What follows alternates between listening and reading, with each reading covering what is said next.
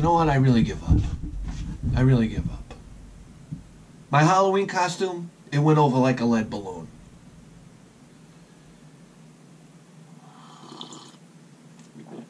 My buddy calls me up. I got a party to go. I didn't have a party to go to. I don't even know why I was making this costume. It's like I had nowhere to go. It's impossible to take my kid trick-or-treating in this fucking thing. I don't know what I was thinking. I was just hoping that something was going to happen.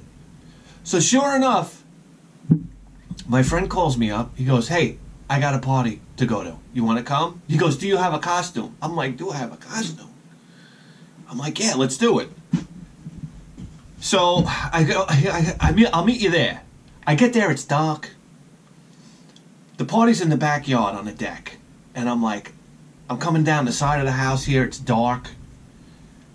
And I see all the lights on the backyard. I'm like, I'm going to come around the corner.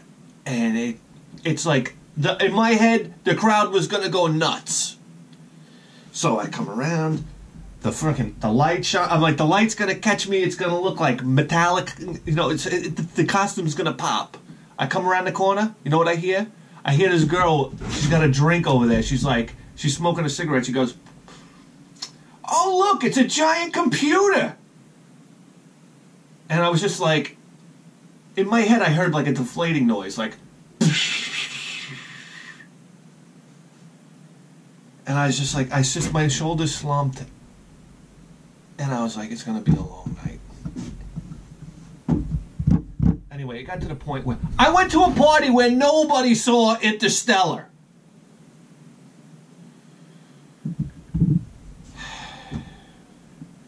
It got to the point where I was so drunk and just so pissed off. This woman comes up to me. You want to hear this? This woman comes up to me. This old lady. She's dressed like a pirate.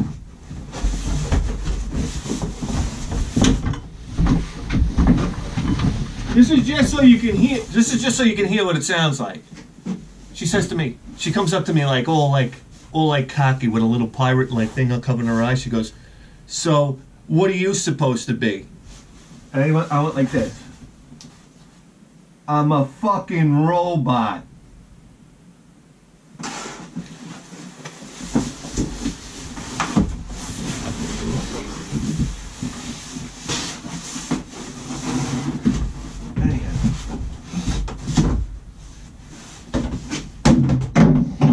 God damn you to hell. So anyway, I'm sick and tired of turning on this. Listen, every time I edit these videos, I see another line in my face. I see another hair missing. I want to go back to my old camera. I got this fucking 4K camera. It's the most disappointing purchase I ever made in my life. I get to see myself age week by week.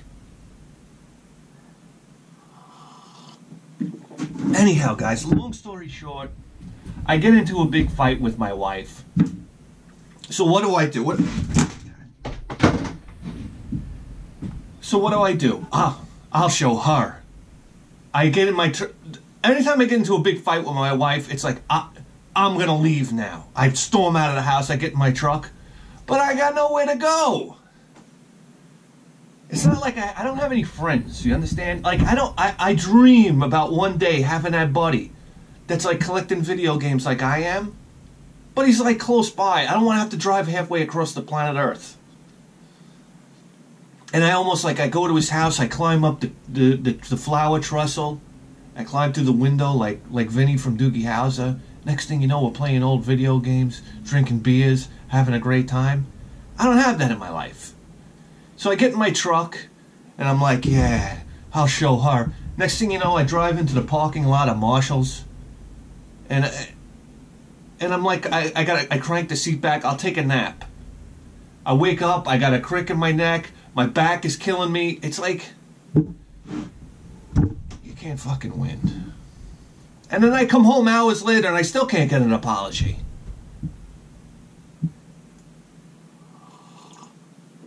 So anyway, I'm laying in my truck like a loser. I'm balling up my jacket, trying to get like a pillow so I can maybe get some sleep.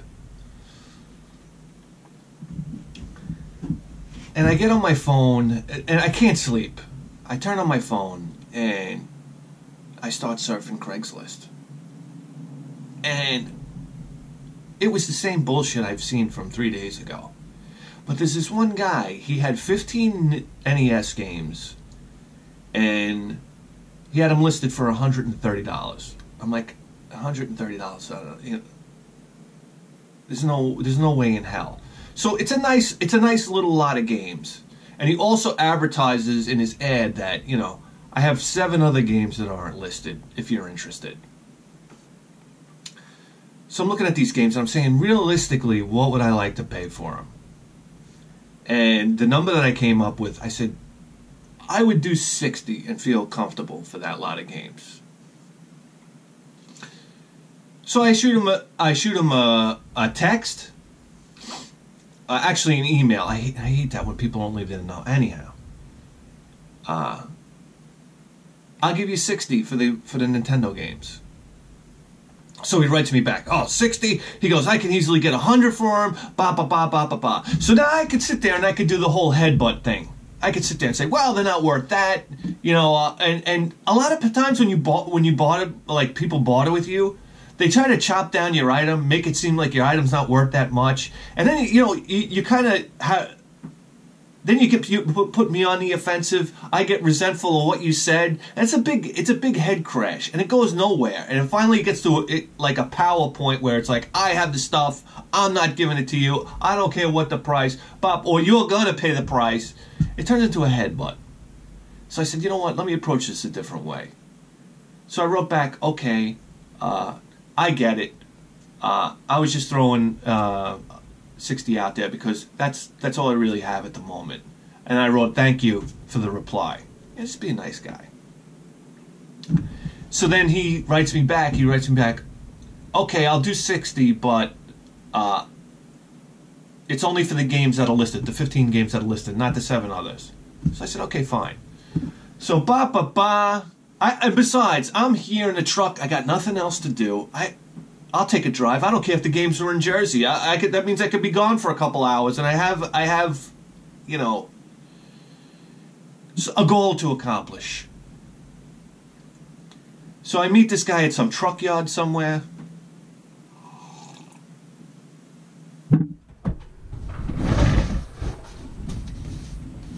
And he comes out with this.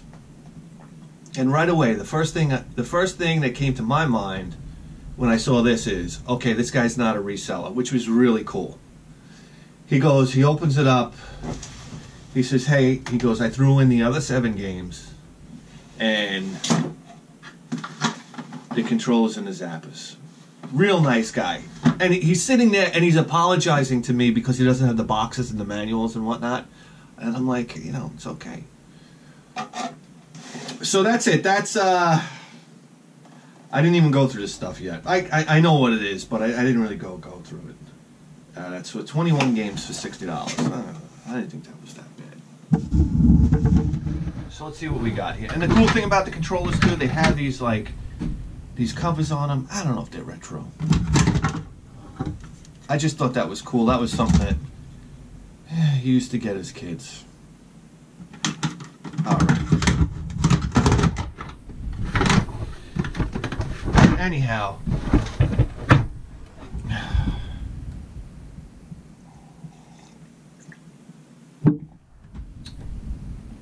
and the games are in very, very nice condition. Here we go.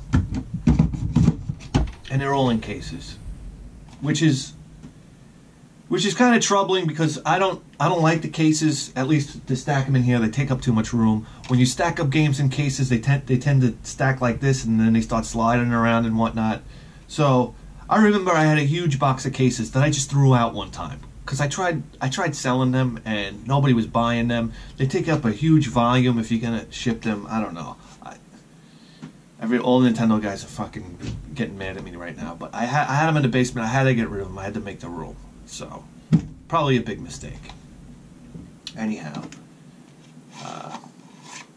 Who Framed Roger Rabbit?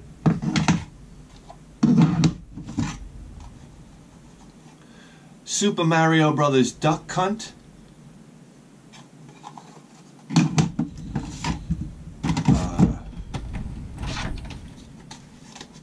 Super Mario Brothers 2.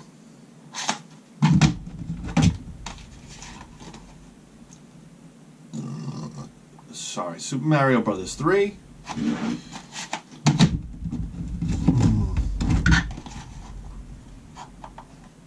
Bart Simpson's Bart versus Space Mutants. I remember really liking this game as a kid, and then when I started dipping my toes into YouTube and whatnot, a lot of people bashing this game, and I was really surprised by that. It's probably the same reaction that I had when I saw people bashing the original Teenage Mutant Ninja Turtles game, because I didn't think that was a bad game either.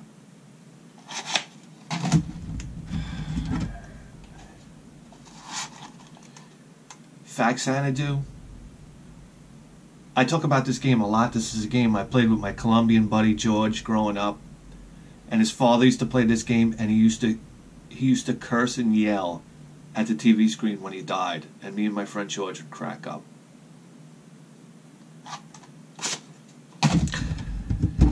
This one reminds me of, I think this reminds me of Commodore 64. Me and my buddy, we used to play Raid on Bungling Bay on the Commodore 64. And I can remember, for some reason, when you played military-style games on the computer, it almost felt like you were playing real military simulation games. I don't know.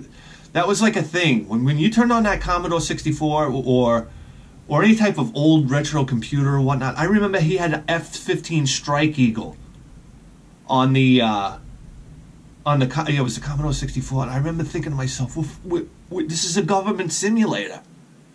It's like, it was almost like, what if they find out? That was at the time when War Games was out, the movie, and it felt like you were doing this top secret stuff. Like, oh my God, I could go out and fly an F-15 now. And for some reason, Raid on Bungling Bay gives me that feeling.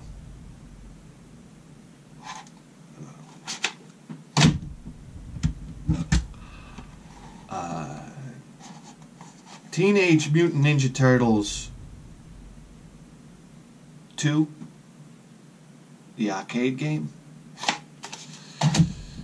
Here's a great game right here. This is a game that when I started collecting again, and I wound up getting my Retron 5. This was the first game I put in, A Boy and His Blob. I was so curious about this game. And it's such a weird game. It's such a different game.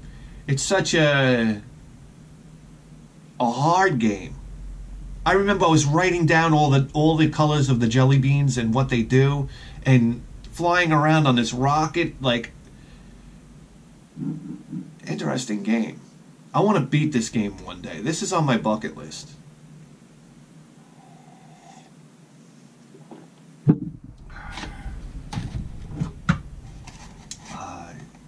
Capcom's The Little Mermaid.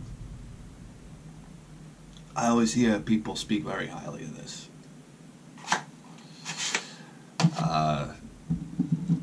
Here's a game that I went bananas for. I saw it in a box. This is by Culture Brain. I don't know how to pronounce it. Scheherazade? Scheherazade? And I was like, oh my God, this is it. This is a big dollar game. And then I checked it out, and it's not. It's in really nice shape. These games are in nice shape. They really are. But what an interesting cover there. What a font. Huh? My God. Every Nintendo game's like an individual piece of candy, right? It's just like the artwork. It's like, what's inside? How's it programmed? Who did it? What's the story behind it? There's just so much to it. It's wonderful. I mean, I guess games for every system are like that, but it's just like Nintendo games. I feel that way about PC Engine games too. Just like, what's going on? The mystery, you know? You're like, I had this system growing up as a kid. I sat there, I walked the aisles of Toys R Us. I walked the aisles of Electronics Boutique. You know, I walked the aisles of KB Toys, searching for games, but I never saw this one. Where was it? I thought I saw them all. Not even close. There we go. There we go. A nice copy of Meteoroid. This has got to be top 5, top 3 maybe Nintendo games of all time for me. Dr. Mario. Geez, you know, it's funny. You find games like Final Fantasy. It took me years to find a copy of Final Fantasy. Not that I was ever out there looking for it, but I always wanted it. And I mean, God Almighty, a good six years before we actually found it. And then once you find something, you keep on finding it. Final Fantasy. Wow. Tetris.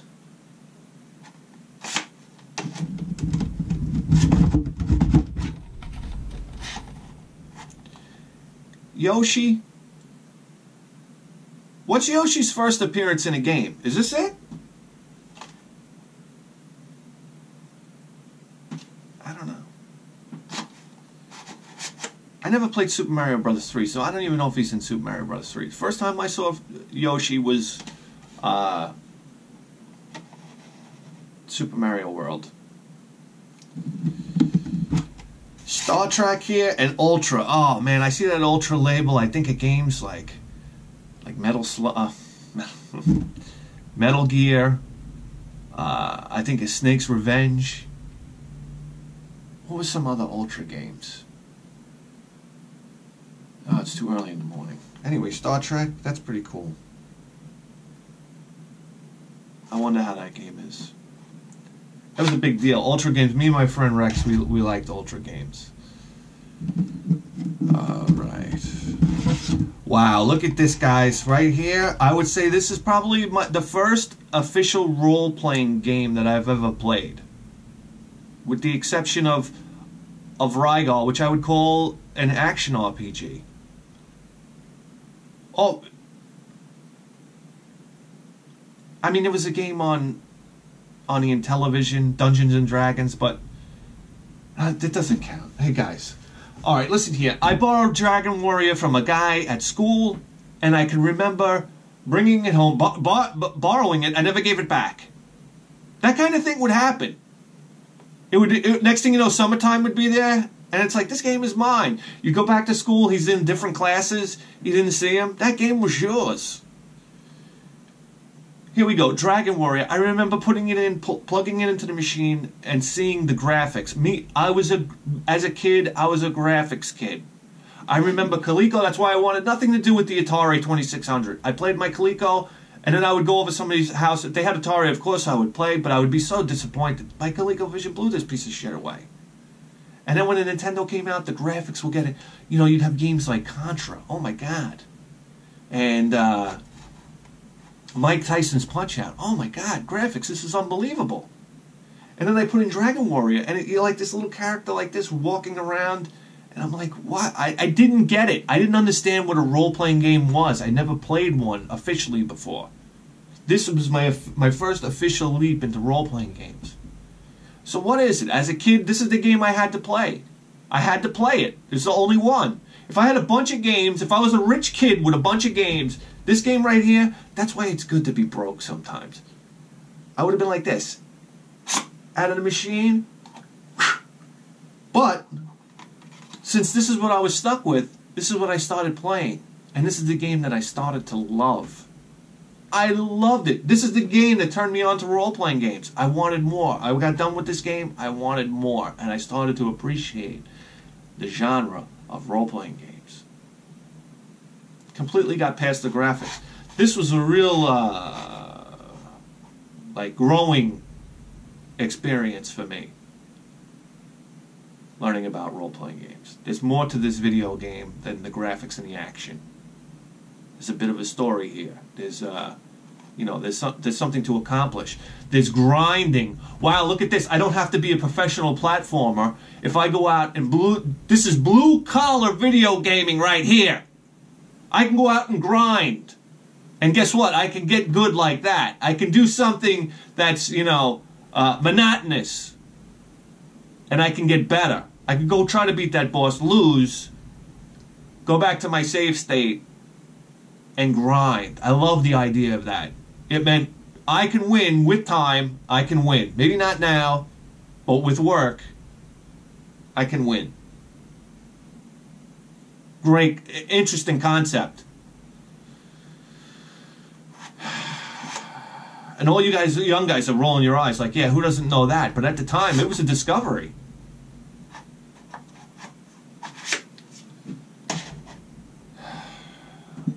All right.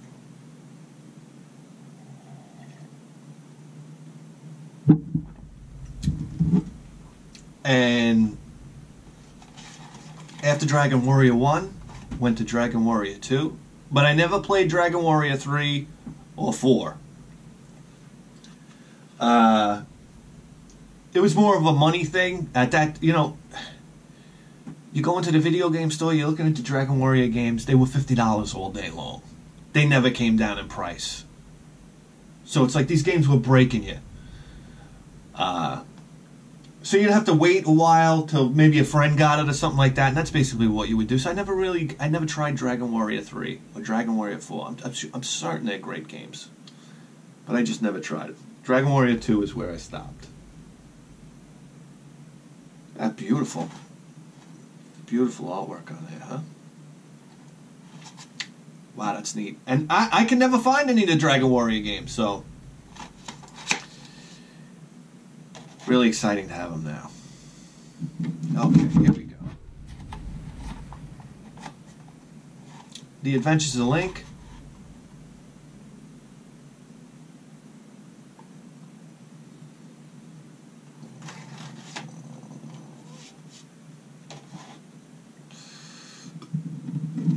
Okay. And The Legend of Zelda. You got a big cracking hole right there. But there you go. So there you have it. That is... Alright. That's 20...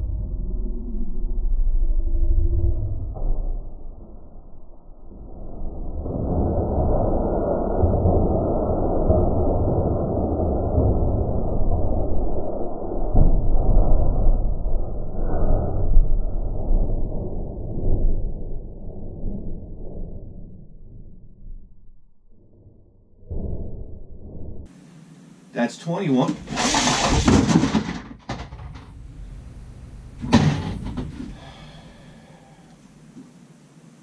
That's why I don't like these vinyl cases.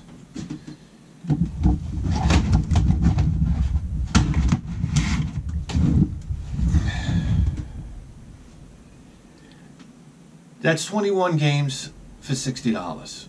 And I thought the titles were pretty decent. So let's pick them up and put them right in the case. And what we're going to do is, we're going to take out the doubles, and I'm going to put the doubles on this side. If anybody's interested in trading, I'm down. Let's do it.